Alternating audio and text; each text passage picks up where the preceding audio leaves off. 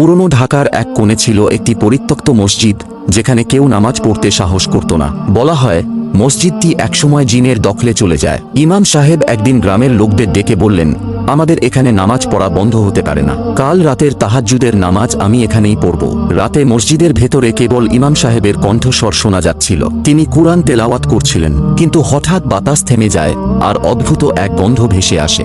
ইমাম সাহেব চোখ তুলতেই দেখলেন একজন লম্বা কালো অবয়ব তার দিকে তাকিয়ে আছে। সে বলল, তোমরা মানুষ, কেন আমাদের ঘরে আসো? ইমাম সাহেব দৃঢ়ভাবে বললেন, এটা আল্লাহর ঘর, শুধু তারই বন্দেগীর জন্য। জিনটি রাগে কেঁপে উঠল, কিন্তু হঠাৎ করে অদৃশ্য হয়ে গেল। পরদিন সকালে গ্রামের লোকেরা এসে দেখে ইমাম সাহেব সিজদার অবস্থায় পড়ে আছেন, কিন্তু তার পেছনে দেয়ালে লেখা ছিল, আমরা চলে গেলাম, কিন্তু কেউ যদি নিজের গুনাহ নিয়ে এখানে আসে সে আর ফেরত যাবে না। গ্রামের এক প্রবীণ ব্যক্তি কান্নায় ফেটে পড়লেন। তিনি স্বীকার করলেন মসজিদটি জিনের দখলে গিয়েছিল তার লোভের কারণে, কারণ তিনি একসময় সেখানে গোপনে গয়না লুকিয়ে রেখেছিলেন।